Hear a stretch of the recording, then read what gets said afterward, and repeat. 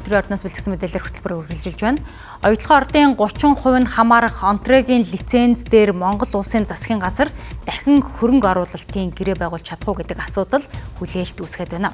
Гэтэл эсрэгээр Онтрегийн лицензийн 80%-ийг оюутлогын компанид шилжүүлэх ажил хийгдэж эхэлсэн гэх мэдээллүүд цацагдаад байна. Харин засгийн газрын зүгээс баялагын дийлэнх хувийн үр өгөөжийг ард түмэнд хүртэн гэсэн хатуу байр суурийг баримтлана гэж илэрхийллээ. За оюутлогын бүлэг ордын 30% буюу зэсийн нөөцийн 24%, алтны нөөцийн 42%, мөнгөний 29%, молибдены 94% нь Онтрэг компани мэдэл багтаж байна.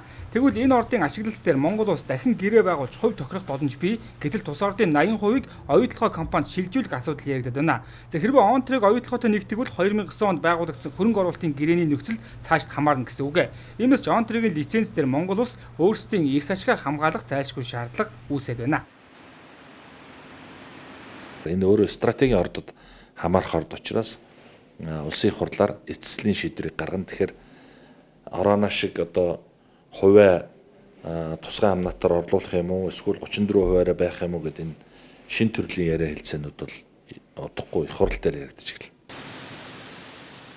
За оюутлогын 30%-тэй дүүх Онтрегийн ордын асуудлыг улсын хурлаар оруулна гэсэн хүлээлт байгаа ч засгийн газрын зүгээс энэ асуудлаар өөрсдөө түрүү зам нэг шинжгүй байна. Харин олон улсын арбитрийн шүүхээс оюутлогоо болон Онтрегийн маргааныг шийдвэрлэж ашиг хуваах гэрээг алжуулах үүргийг өгснөөр нийт лицензийн 80%-ийг нь оюутлогоод шилжүүлэх үлдсэн 20% дээр л Монгол улс 34% тохирох боломж харагдаж байгаа юм а. За хэрвээ энэ хувилбараар явбал үндсэн хуулийн 6-гийн 2 дугаар зүйлтэй харьцлах учраас засгийн газар хуулийн хүрээнд хатуу байр суурийг баримтлана гэлээ.